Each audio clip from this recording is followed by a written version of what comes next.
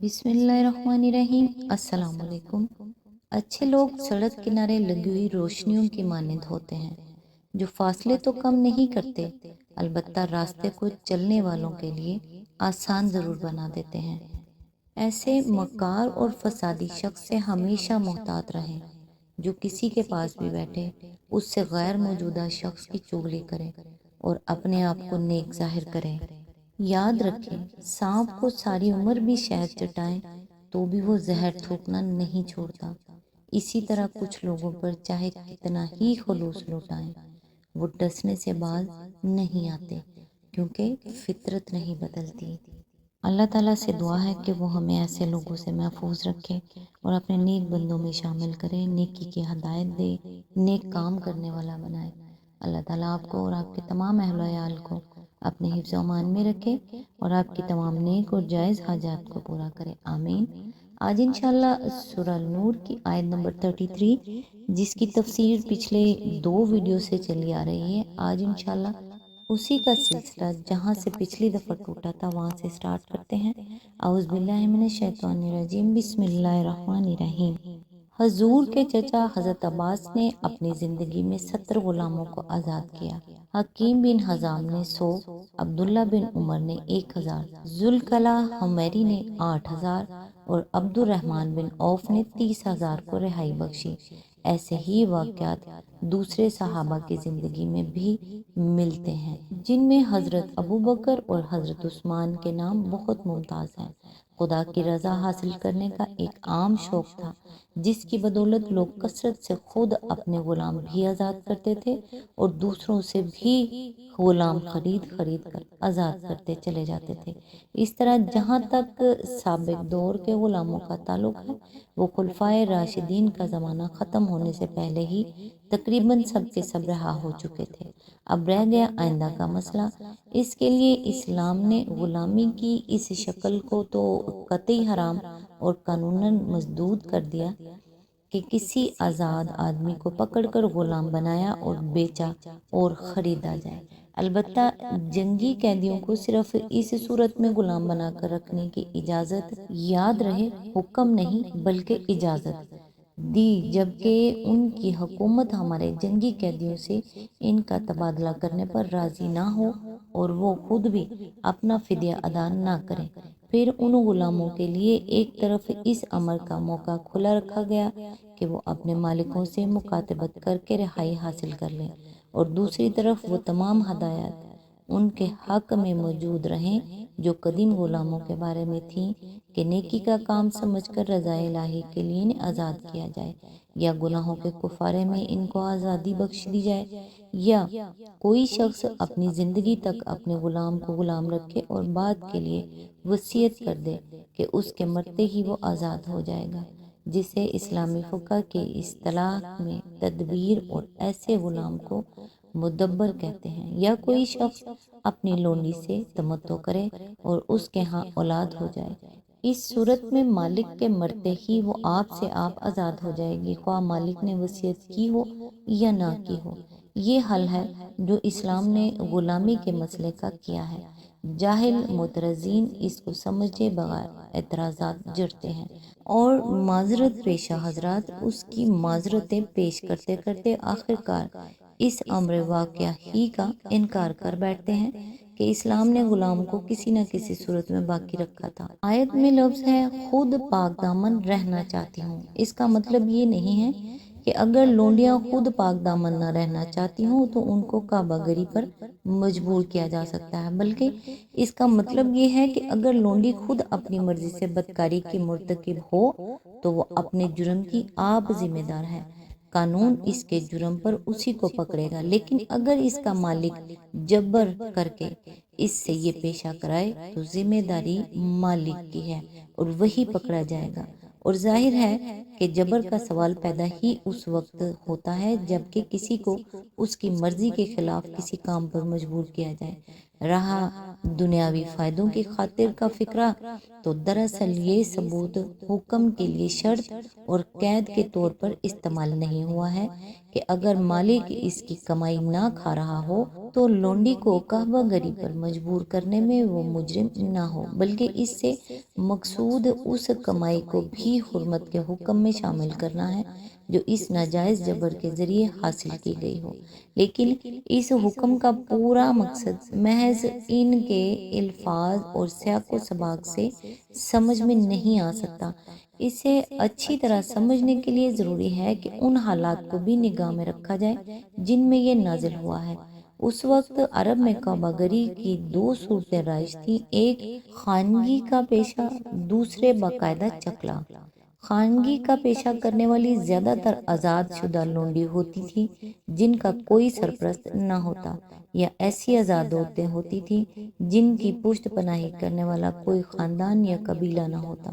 یہ کسی گھر میں بیٹھ جاتی اور کئی مردوں سے بیک وقت ان کا معاہدہ ہو جاتا کہ وہ ان کو مدد خرچ دیں گے اور اپنی حاجت رفع کرتے رہیں گے۔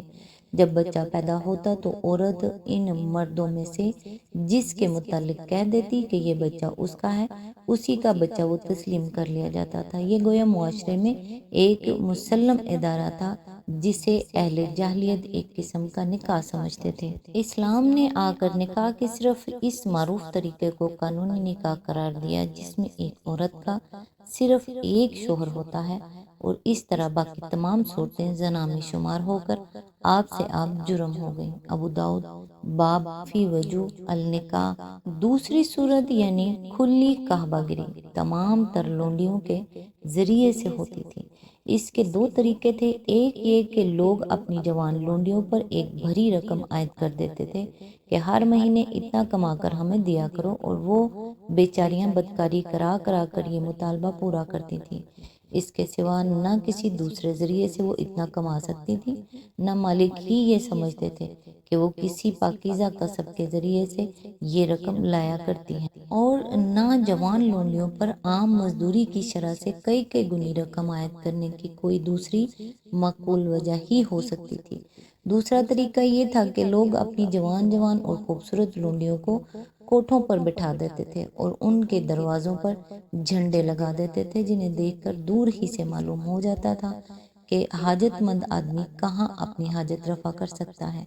یہ عورتیں کلیقیات کہلاتی تھیں اور ان کے گھر مواخیر کے نام سے مشہور تھے۔ بڑے معزز رئیسوں نے اس طرح کے چکلے کھول رکھے تھے۔ خود عبداللہ بن ابی رئیس المنافقین، وہی صاحب جنہیں نبی صلی اللہ علیہ وآلہ وسلم کی تشریف آوری سے پہلے اہل مدینہ اپنا بادشاہ بنانا طے کر چکے تھے، اور وہی صاحب جو حضرت عائشہ پر تہمت لگانے میں سب سے پیش تھے۔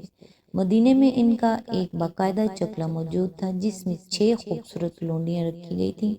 ان کے ذریعے سے وہ صرف دولت ہی نہیں کماتے تھے بلکہ عرب کے مختلف حصوں سے آنے والے معزز مہمانوں کی تواضع بھی انہی سے فرمایا کرتے تھے، اور ان کی ناجائز اولاد سے اپنے خدم و حشم کی فوج بھی بڑھاتے تھے۔ انہی لونڈیوں میں سے ایک جس کا نام معاذہ تھا مسلمان ہو گئی اور اس نے توبہ کرنی چاہی۔ ابن ابی نے اس پر تشدد کیا، اس نے جا کر حضرت ابوبکر سے شکایت کی، انہوں نے معاملہ سرکار تک پہنچایا اور سرکار رسالت مآب نے حکم دے دیا کہ لونڈی اس ظالم کے قبضے سے نکال لی جائے۔ ابن جریر جلد 18 صفحہ نمبر 55 to 58، 103 104۔ الاستیاب لا بن عبد البر جلد نمبر 2 صفحہ نمبر 762۔ ابن کثیر جلد نمبر 3 صفحہ نمبر 288 اور 289۔ یہی زمانہ تھا جب بارگاہ خداوندی سے یہ آیت نازل ہوئی۔ اس پس منظر کو نگاہ میں رکھا جائے تو صاف معلوم ہو جاتا ہے کہ اصل مقصود محض لونڈیوں کو جرم زنا پر مجبور کرنے سے روکنا نہیں ہے، بلکہ دولت اسلامیہ کے حدود میں کعبہ گری یعنی پروسٹیٹیوشن کے کاروبار کو بالکل خلاف قانون قرار دے دینا ہے، اور ساتھ ان عورتوں کے لیے اعلان معافی بھی ہے جو اس کاروبار میں جبراً استعمال کی گئی ہوں۔ اللہ تعالیٰ کی طرف سے یہ فرمان آ جانے کے بعد نبی صلی اللہ علیہ وآلہ وسلم نے اعلان فرما دیا کہ اسلام میں کعبہ گری کے لیے کوئی گنجائش نہیں ہے۔ ابو داؤد بروایت ابن عباس۔ دوسرا حکم جو آپ نے دیا وہ یہ تھا کہ زنا کے ذریعے سے حاصل ہونے والی آمدنی حرام، ناپاک اور قطعی ممنوع ہے۔ رافع بن خدیج کی روایت ہے کہ آپ نے مہر البغی یعنی زنا کے معاوضے کو خبیث اور شر المکاسب، ناپاک اور بدترین آمدنی قرار دیا۔ ابو داؤد، ترمذی، نسائی۔ ابو حذیفہ کہتے ہیں کہ حضور صلی اللہ علیہ وآلہ وسلم نے کسب البغی یعنی پیشہ زنا سے کمائی ہوئی آمدنی کو حرام ٹھہرایا۔ بخاری، مسلم اور احمد۔ ابو مسعود بن عمر کی روایت ہے کہ آپ نے مہر البغی کا لین دین ممنوع قرار دیا۔ صحاح ستہ و احمد۔ تیسرا حکم آپ نے یہ دیا کہ لونڈی سے جائز طور پر صرف ہاتھ پاؤں کی خدمت لی جا سکتی ہے اور مالک کوئی ایسی رقم اس پر عائد یا اس سے وصول نہیں کر سکتا جس کے متعلق وہ نہ جانتا ہو کہ یہ رقم وہ کہاں سے اور کیا کر کے لاتی ہے۔ رافع بن خدیج کہتے ہیں کہ رسول اللہ صلی اللہ علیہ وآلہ وسلم نے لونڈی سے کوئی آمدنی وصول کرنا ممنوع قرار دیا ہے جب تک یہ نہ معلوم ہو کہ یہ آمدنی اسے کہاں سے حاصل ہوتی ہے۔ ابو داؤد، کتاب الجارہ۔ رافع بن رفاع انصاری کی روایت میں اس سے زیادہ واضح حکم ہے کہ اللہ کے نبی صلی اللہ علیہ وآلہ وسلم نے ہم کو لونڈی کی کمائی سے منع کیا بجز اس کے جو وہ ہاتھ کی محنت سے حاصل کرے، اور آپ نے ہاتھ کے اشارے سے بتایا کہ یوں جیسے روٹی پکانا، سوت کاٹنا یا اون اور روئی دھنکنا۔ مسند احمد، ابو داؤد۔ اسی معنی میں ایک روایت ابو داؤد اور مسند احمد میں حضرت ابو ہریرہ سے بھی مروی ہے جس میں کسب الامہ یعنی لونڈیوں کی کمائی اور مہر البغی یعنی زنا کی آمدنی وصول کرنے سے منع کیا گیا ہے۔